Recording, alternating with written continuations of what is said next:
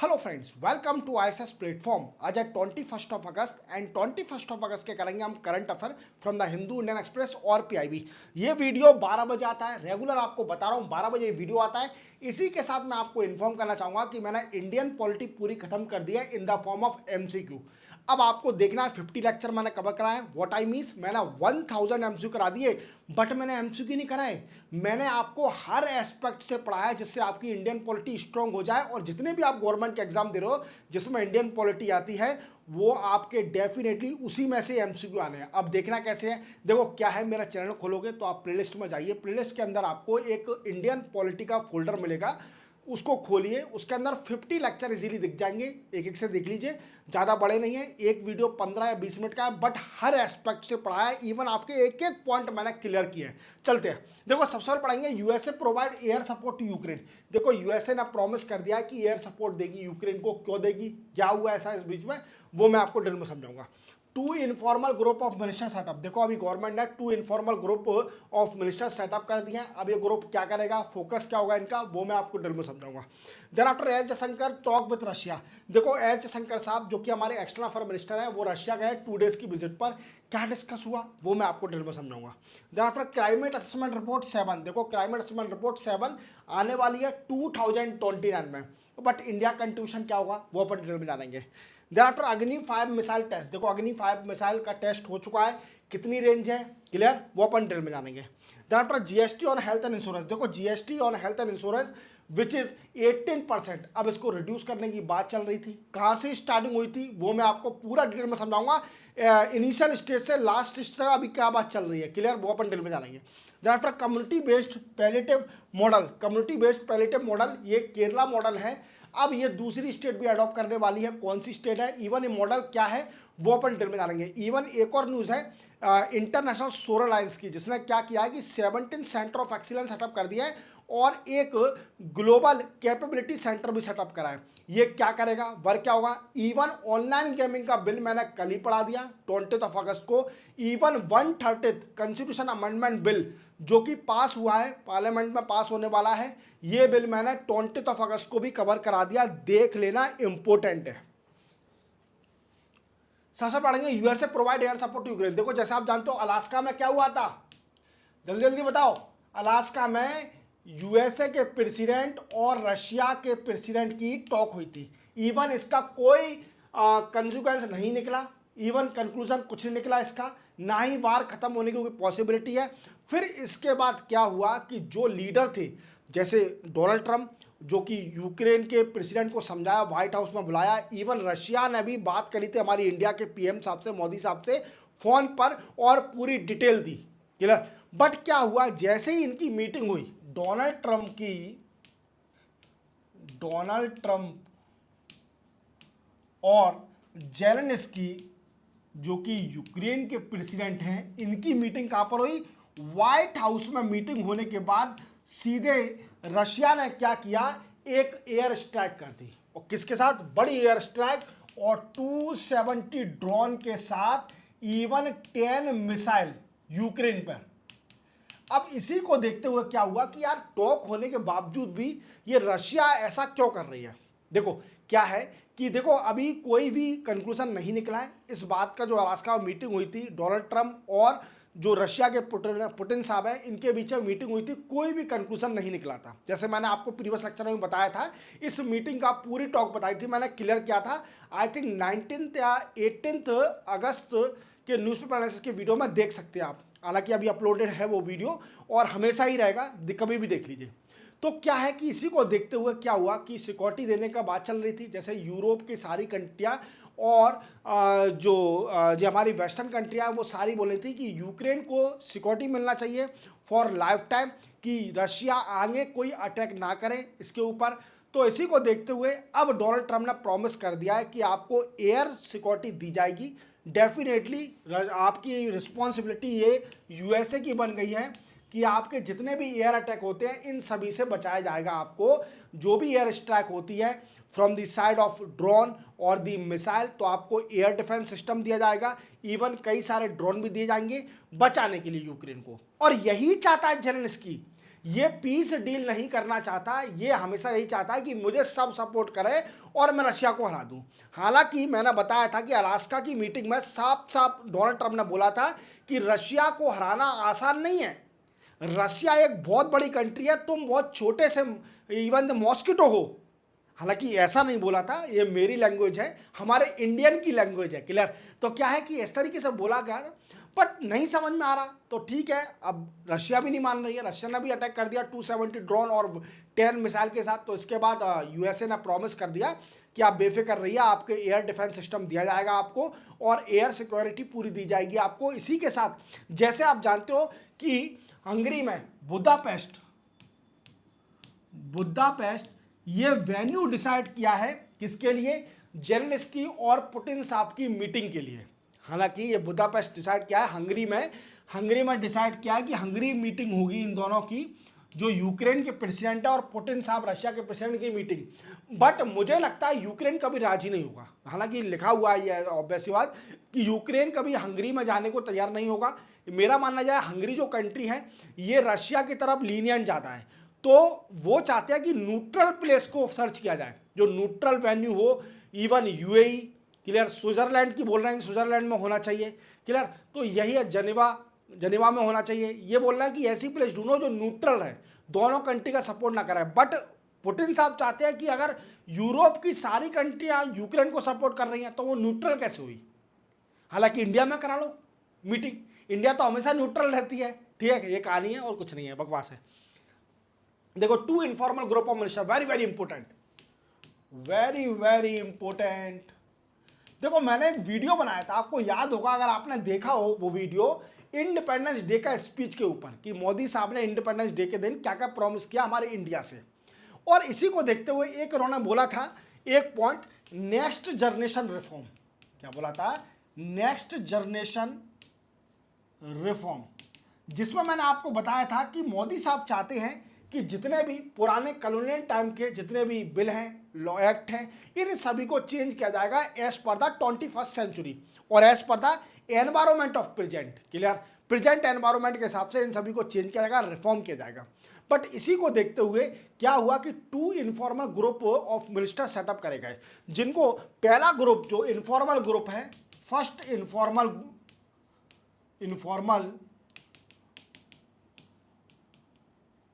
Group of minister, जो कि comprise करेगा, we can say comprises of 13 member, जिसमें 13 मेंबर हैं, क्लियर। और headed by home minister, union home minister Amit Shah ji इसको हेड करेंगे।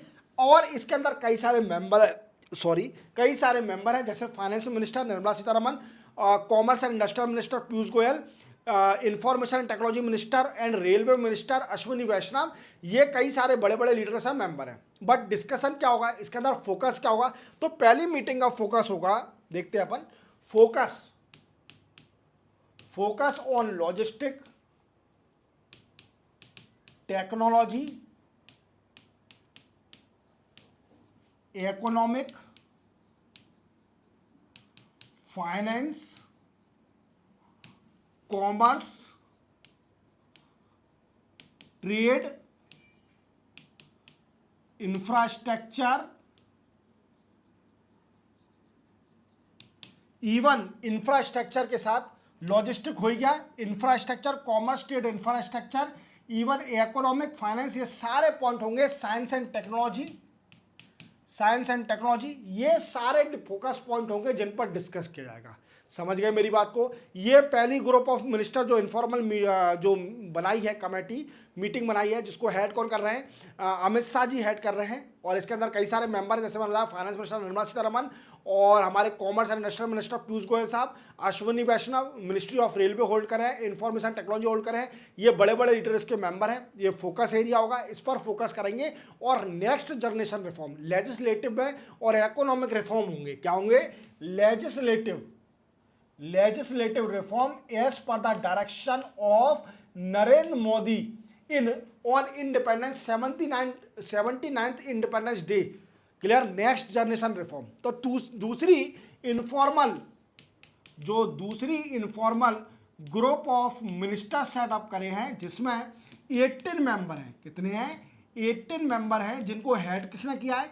हेडेड बाई, किसको हेड बनाया है? राजनाथ सिंह जी साहब को, राजनाथ सिंह साहब को, जो कि डिफेंस मिनिस्टर हैं। इसमें 18 मेंबर होंगे, बट इनका फोकस एरिया क्या होगा? याद रखना, ये फोकस एरिया बड़े इंपॉर्टेंट है। क्लियर? तो इनका फोकस एरिया होगा focus on social and economical reform.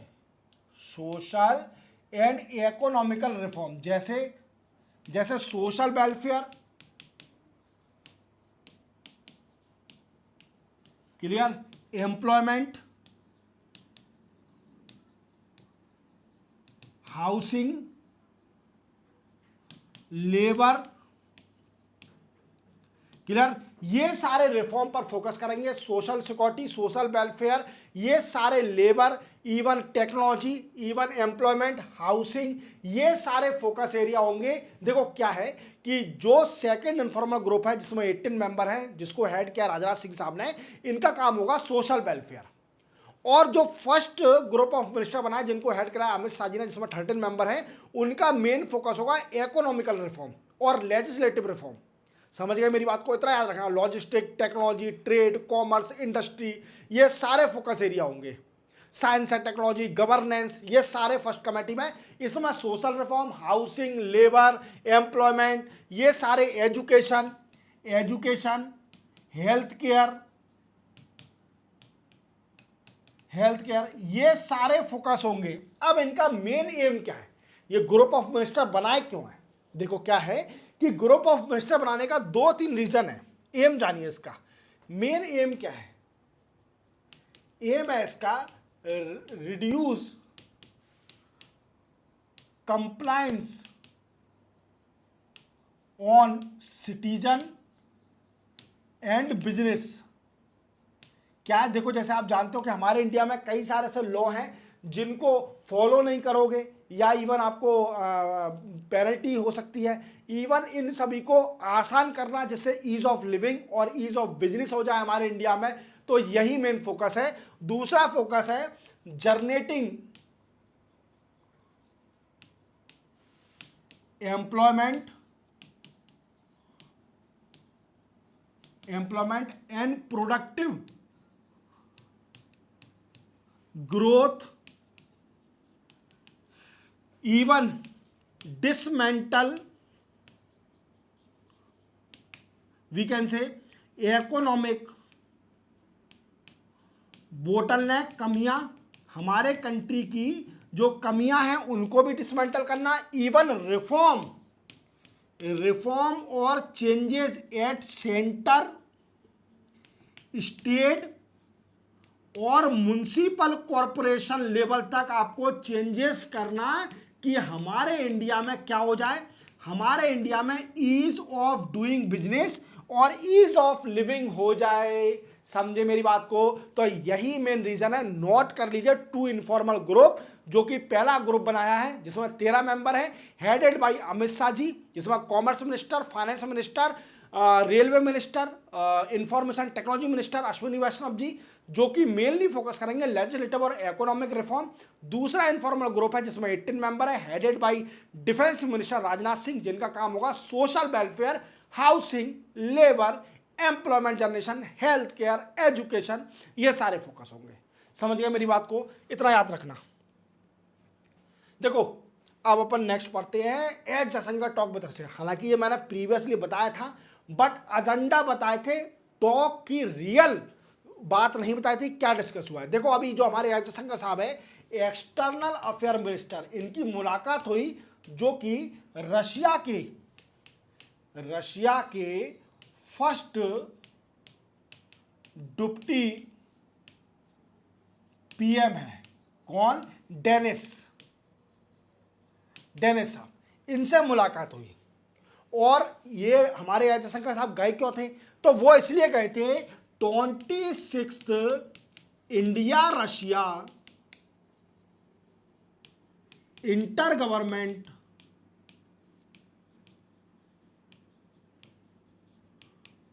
On trade, economic, scientific, cultural cooperation की मीटिंग होना है। क्या होना है? कल्चरल कोऑपरेशन की मीटिंग होना है इंडिया और रशिया के बीच में। और जैसे आप जानते हो कि अभी रशिया और यूएसए के प्रेसिडेंट की मुलाकात हुई अलास्का में, और वो भी इंफॉर्मेशन हमें चाहिए क्योंकि we are facing the 50% tariff from the USA side, और 25 एडिशनल सिर्फ ओनली रशिया के कारण में हम फेस कर रहे हैं क्योंकि हम डिफेंस और ऑयल का इंपोर्ट करते हैं from Russia. That's why we are facing the additional 25% tariff from the USA side. Clear? समझे मेरी बात को? समझे? अब क्या डिस्कस हुआ? देखो, सबसे पहले इंडिया चाहती है कि जो इंडिया और यूरेशिया, अरे बार बार हो क्या रहा है, इंडिया यूरेशिया इकोनॉमिक यूनियन। क्या है? यूरेशिया इकोनॉमिक यूनियन है। इंडिया ने कभी क्या किया, यूरेशिया इकोनॉमिक यूनियन से एक टर्म ऑफ रेफरेंस साइन कर लिया है। क्या साइन कर लिया है? टर्म ऑफ रेफरेंस साइन कर लिया है। टर्म ऑफ रेफरेंस क्या होता है? ये इसलिए साइन किया है कि हाँ, हम जल्दी ही फ्री ट्रेड एग्रीमेंट भी साइन कर लेंगे, तो इसलिए क्या है, टर्म ऑफ रेफरेंस साइन कर लिया है, फ्री ट्रेड एग्रीमेंट। हालांकि यूरेशिया इकोनॉमिक यूनियन में कौन कौन मेंबर है? जैसे रशिया, काजाकिस्तान, किर्गिस्तान, बेलारूस, ये सारी कंट्रियां, और इंडिया इन सभी से फ्री ट्रेड एग्रीमेंट भी साइन करने वाली है। समझ गए मेरी बात को? दोनों कंट्रियां डिस्कस कर रही हैं on the issue of Indian international north south transport corridor. जैसे आप जानते हो कि नॉर्थ साउथ ट्रांसपोर्ट कॉरिडोर बनने जा रहा है, जिससे क्या होगा कि जो नॉर्थ और साउथ की कंट्री है उनके बीच में इंटरनेशनल ट्रेड अलायंस होगा। क्या होगा? ट्रेड अलायंस होगा। देन आफ्टर और क्या डिस्कस हुआ? Chennai Vladivostok corridor. ये कॉरिडोर बनने जा रहा है जो कि चेन्नई से लेकर रशिया की यहां तक जाएगा कॉरिडोर, जिससे रशिया और इंडिया का ट्रेड अलायंस होगा। समझे मेरी बात को? और एक और बात बोली गई कि 2030 तक कितना ट्रेड कर लेंगे अपना? हम ट्रेड कर लेंगे $100 बिलियन तक का। कितना? $100 बिलियन तक का ट्रेड कर लेंगे। हालांकि अभी 2024 और 25 का डेटा देखा जाए तो इंडिया और रशिया के बीच में गुड्स ट्रेड है अभी $68 बिलियन, और डेफिनेटली अचीव भी हो जाएगा $100 बिलियन। तो यही कहानी है, यही डिस्कस हुआ है। देखो, दोनों कंट्रियां आपस में रिलेशन को एनहांस करेंगी। Even as you know that this year Russia के प्रेसिडेंट हमारे इंडिया आने वाले हैं, पर कोई डेट फिक्स नहीं है। जैसे मैंने बोला था आपसे पहले ही कि रशिया के पुतिन साहब की जो डेट कोई फिक्स नहीं है, बट आएंगे जरूर इस साल। समझे मेरी बात को? तो यही कहानी है, यही डिस्कस हुआ है रशिया और इंडिया के बीच में। और इंडिया चाहती है कि अच्छे रिलेशन बने रशिया से। हम ये नहीं है कि हम यूएसए डर के रशिया से रिलेशन तोड़ दें।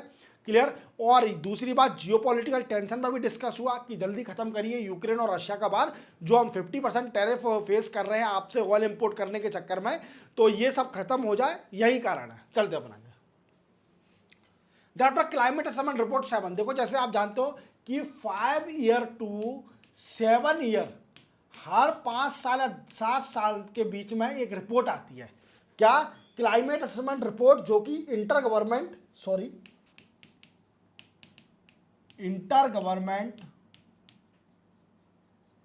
पैनल ऑन क्लाइमेट चेंज की होती है। समझो मेरी बात को? किसकी? Inter government panel on climate change की रिपोर्ट होती है, जो कि 5 से 7 साल में आती है। 6th रिपोर्ट भी आई थी। कब आई थी? 2013 या 15 में आई थी, या 2023 या 23 में आई थी आई थिंक। और अब 7th रिपोर्ट भी बनने वाली है। अब इसके लिए मेंबर भी लगेंगे।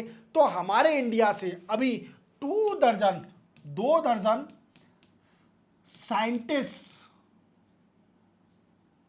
एंड एक्सपर्ट गए हुए हैं इस रिपोर्ट को तैयार करने में। समझे मेरी बात को? और ये रिपोर्ट कब तक आ जाएगी? 7th रिपोर्ट 2029 तक ये रिपोर्ट पब्लिश कर दी जाएगी। बट इस रिपोर्ट में होगा क्या? देखो, इस रिपोर्ट में 3 ग्रुप होते हैं, 3 वर्किंग ग्रुप होते हैं। फर्स्ट 3 वर्किंग ग्रुप क्या होते हैं? 3 working, again same problem, working group, 3 working group होते हैं। जैसे पहला ग्रुप होता है वर्किंग ग्रुप फर्स्ट, जो कि फोकस करता है फिजिकल साइंस, किस पर? Physical science based on climate change. क्या है? क्लाइमेट चेंज पर, समझे? वर्किंग ग्रुप सेकंड फोकस करता है vulnerability,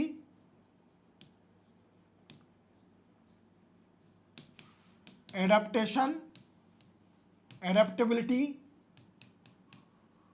of climate change. Clear? Climate change की वनरेबिलिटी है, उसको पहचानना, एडेप्ट कैसे एडेप्ट करें। क्लियर?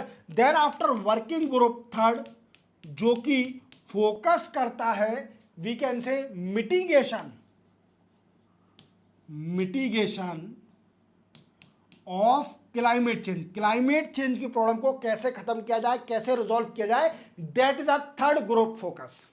और हमारे इंडिया से 2 दर्जन साइंटिस्ट एक्सपर्ट गए हैं, इस रिपोर्ट को बनाने में मदद करेंगे। और ये रिपोर्ट 2029 तक पब्लिश कर दी जाएगी। और ये रिपोर्ट कौन बनाता है? Inter government panel on climate change. याद रखना, वेरी वेरी इंपॉर्टेंट रिपोर्ट। अग्नि 5 मिसाइल देखो, अभी इंडिया ने अभी अग्नि 5 बैलिस्टिक मिसाइल का टेस्ट कर लिया है। क्या कर लिया है? अग्नि 5 का बैलिस्टिक मिसाइल का टेस्ट कर लिया है, और जो सक्सेसफुल रहा है। और ये सबसे पावरफुल बैलिस्टिक मिसाइल है इंडिया के पास, जिसकी रेंज की बात की जाए तो रेंज है 5000 किलोमीटर। इवन ये पूरे पाकिस्तान को कवर कर लेगी अग्नि 5। अगर अग्नि 5 चला दी ना, तो अग्नि 5 पाकिस्तान में धुआं धुआं कर देगी। पाकिस्तान का एक भी जानवर बचेगा नहीं। अब बोलोगे सर जानवर ही क्यों, इंसान क्यों नहीं? क्योंकि वो सारे ही जानवर हैं। क्लियर? तो क्या है कि अग्नि 5 मिसाइल चला दी ना, पाकिस्तान में धुआं धुआं हो जाएगा। Even it cover the north east area of the China. China के नॉर्थ ईस्ट एरिया तक भी कवर कर सकती है। 5000 किलोमीटर लंबी है, वी कैन से रेंज है। रेंज इतनी लंबी है इसकी, 5000 किलोमीटर। तो सबसे सक्सेसफुल, सबसे स्ट्रॉन्गेस्ट मिसाइल हमारे पास है इंडिया के पास, जो पाकिस्तान में 1 मिनट में धुआं धुआं कर देगी। क्लियर? तो यही है, इसका टेस्ट फायर हो गया है, सक्सेसफुल रहा है। हालांकि ये मिसाइल हमने बहुत पहले बना ली थी, कई बार टेस्ट कर चुके हैं अग्नि 5 मिसाइल का, तो कोई बड़ी बात नहीं है, फिर से टेस्ट कर लिया। तो वो टेस्ट करना जरूरी है। और क्या होता है कि अगर टेस्ट नहीं करोगे तो जंग लग जाएगी। जंग लग जाएगी तो फिर जब मौके पे जरूरत पड़ेगी तो मौके पे काम में नहीं आएगी। तो जरूरी है टेस्ट करना। देखते हैं अब। देखो GST on health and insurance premium, देखो क्या है कि जैसे आप जानते हो, मैंने आपको प्रीवियस ईयर 2024 में एक न्यूज बताई थी। क्या हुआ था कि जो ministry of transport and highway Nitin Gadkari साहब हैं, ये नागपुर गए थे। नितिन गडकरी साहब, गटपुर कर दिया क्या?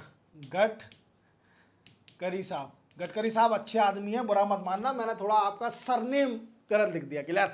तो क्या नितिन गडकरी साहब ये नागपुर गए थे, नागपुर में स्पीच दे रहे थे। तो वहाँ पर एक इन्हों से डिमांड करी गई कि जो जीएसटी लगता है ऑन हेल्थ इंश्योरेंस प्रीमियम पर, कितना 18% इसको रिड्यूस या तो 0 कर दीजिए, या फिर इसको कर दीजिए 5% स्लैब में डाल दीजिए, या फिर 0% टैक्स स्लैब में डाल दीजिए, जीएसटी टैक्स स्लैब में।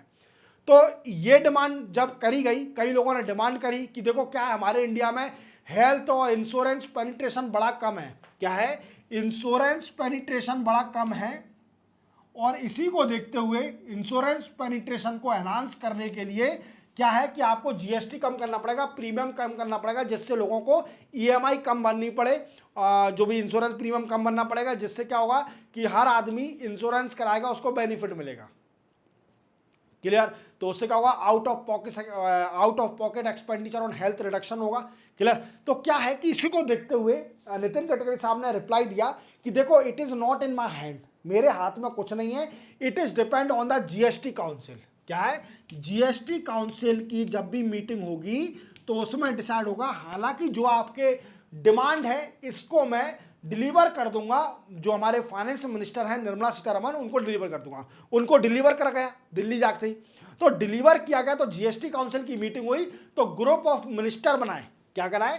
ग्रुप ऑफ मिनिस्टर सेटअप करे गए और बोला गया कि आप स्टडी करो, it is suitable to reduce the GST on the insurance और दी इंश्योरेंस प्रीमियम जो 18% है इसको 5% या 0% कर दिया जाए। तो ग्रुप ऑफ मिनिस्टर भी एग्री कर गए थे, उनके रिकमेंडेशन आए थे कि हाँ कम कर देना चाहिए। इवन जो सीनियर सिटीजन है, जिनको हेल्थ इंश्योरेंस सीनियर सिटीजन है, उसको नील कर देना चाहिए, और जो यंग है उनके लिए 5% कर दो, और जो सीनियर सिटीजन है उनके लिए 0% कर दो इसको। हालांकि फिर इस पर एक्सेप्ट नहीं हुआ, वो अलग कहानी है। और जैसे आप जानते हो कि इंडिपेंडेंस डे के दिन मोदी साहब ने बोला था कि जीएसटी में रिफॉर्म होगा, जीएसटी 2.0 आएगा, जिसमें जो 5 टैक्स स्लैब है, 5 टैक्स स्लैब है, 0, 5, 12, 18, 28, ये रिड्यूस करके सिर्फ ओनली 2 टैक्स स्लैब बना दी जाएंगे, 5% और 18%। क्लियर?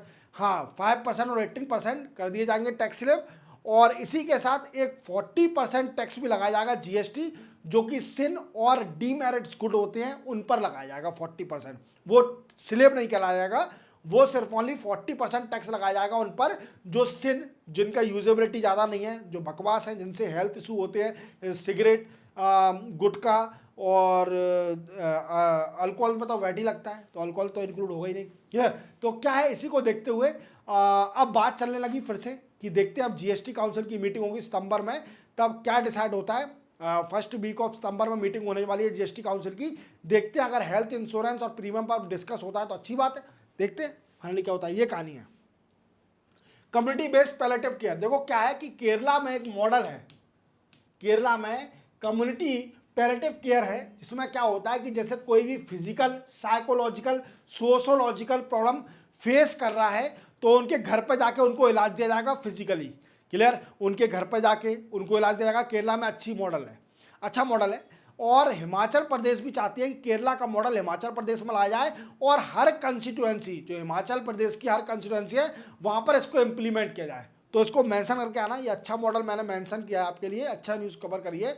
अगर आपसे कोई भी हेल्थ का इशू आता है तो आपको अपने रिकमेंडेशन में जो कंक्लूजन आप लिखते हो मेंस आंसर राइटिंग में, तो उसमें इस मॉडल को लिख के आना कि केरला का एक मॉडल है कम्युनिटी बेस्ड पैलेटिव केयर, ये मॉडल बड़ा ही अच्छा है। क्लियर? और कई सारी स्टेट को इसको अडॉप्ट करना चाहिए, ऐसे मेंशन करके आ जाना, तो आपको अच्छे मार्क्स मिल जाएंगे।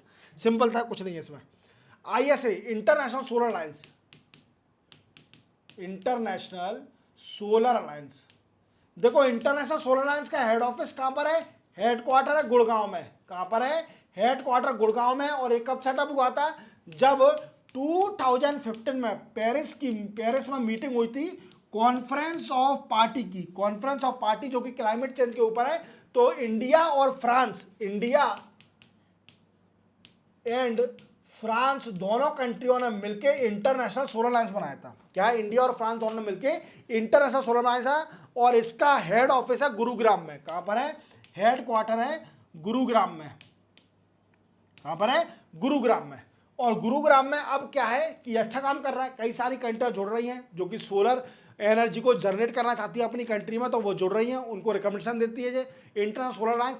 तो इसी को देखते हुए अभी क्या क्या है, इंटरनेशनल सोलर अलायंस ने अभी एक बहुत अच्छा डिसीजन लिया है कि वो एक 17 सेंटर ऑफ एक्सीलेंस सेटअप करेगी, सेंटर ऑफ एक्सीलेंस सेटअप करेगी अपने जो मेंबर कंट्री की यूनिवर्सिटी में। जो अपनी जो भी इंटरनेशनल सोलर अलायंस की मेंबर कंट्री है उनके यूनिवर्सिटी जो कि आईआईटी लेवल की है, आईआईटी लेवल की है, उन सभी में 17 सेंटर ऑफ एक्सीलेंस सेटअप करेगी। और आगे चल के ये 50 भी हो जाएंगे, एनहांस कर देगी 50। तो 17 सेंटर ऑफ एक्सीलेंस सेटअप करे जाएंगे जो मेंबर कंट्री हैं इंटरनेशनल सोलर अलायंस की, उनकी यूनिवर्सिटी में जो कि आईआईटी लेवल की हैं। और इसमें होगा क्या? Testing of solar, testing, lab testing. Clear? ये होगा इसके अंदर रिलेटेड टू सोलर पैनल और सोलर एनर्जी, इसकी टेस्टिंग होगी। इवन आप जानते हो कि India is far ahead in solar energy generation.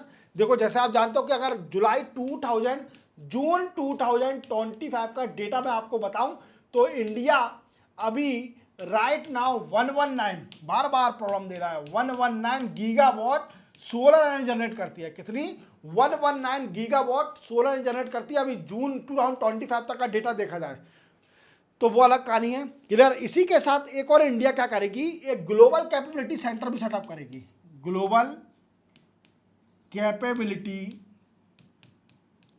Centre, global capability centre setup करेगी। हमारे इंडिया में ये सेटअप होगा गुड़गांव में। और ये इसका काम क्या होगा, ये हब है। हब क्या होगा, हब जानते हो, हब एक मिडिल जो सेंटर होता है जो सबको कनेक्ट करता है, that is called a hub. ये हब की तरह काम करेगा और जितने भी सेंटर ऑफ एक्सीलेंस होंगे ये रिपोर्ट इसी को करेंगे। ये सबसे कनेक्ट होगा, जितने भी सेंटर ऑफ एक्सीलेंस सेटअप करे जाएंगे उन सभी से ग्लोबल कैपेबिलिटी सेंटर कनेक्ट रहेगा और उनको कोऑर्डिनेशन बढ़ाएगा। That's enhance the coordination among the centre of excellence. और ये आने वाले समय 50 भी हो जाएंगे। तो आप पूरी तरह समझ गए होंगे कि इसका मेन मोटिव क्या है इंटर-सोलर अलायंस का। तो इसी के साथ ये भी लेक्चर आपका कंप्लीट होता है। 21 अगस्त के मैंने आपको करंट अफेयर कंप्लीट करा दिए। चैनल को सब्सक्राइब और बेल आइकन प्रेस करना ना भूलें। और दूसरी बात, मैंने इंडियन इकोनॉमी कंप्लीट करा दी है। मोस्टली 80% इंडियन इकोनॉमी आपकी कंप्लीट हो गई है। इंडियन पॉलिटी पूरी कंप्लीट हो गई है। अब लेक्चर कहाँ मिलेंगे, लेक्चर आपको मिलेंगे अगर आप मेरा चैनल खोलोगे तो चैनल के प्लेलिस्ट में जाओगे, प्लेलिस्ट में आपको फोल्डर मिल जाएंगे सारे, even editorial, Indian economy, Indian polity. तो देख लेना, आपके लिए बेस्ट है। क्लियर, मिलते हैं हम कल, तब तक के लिए जय हिंद।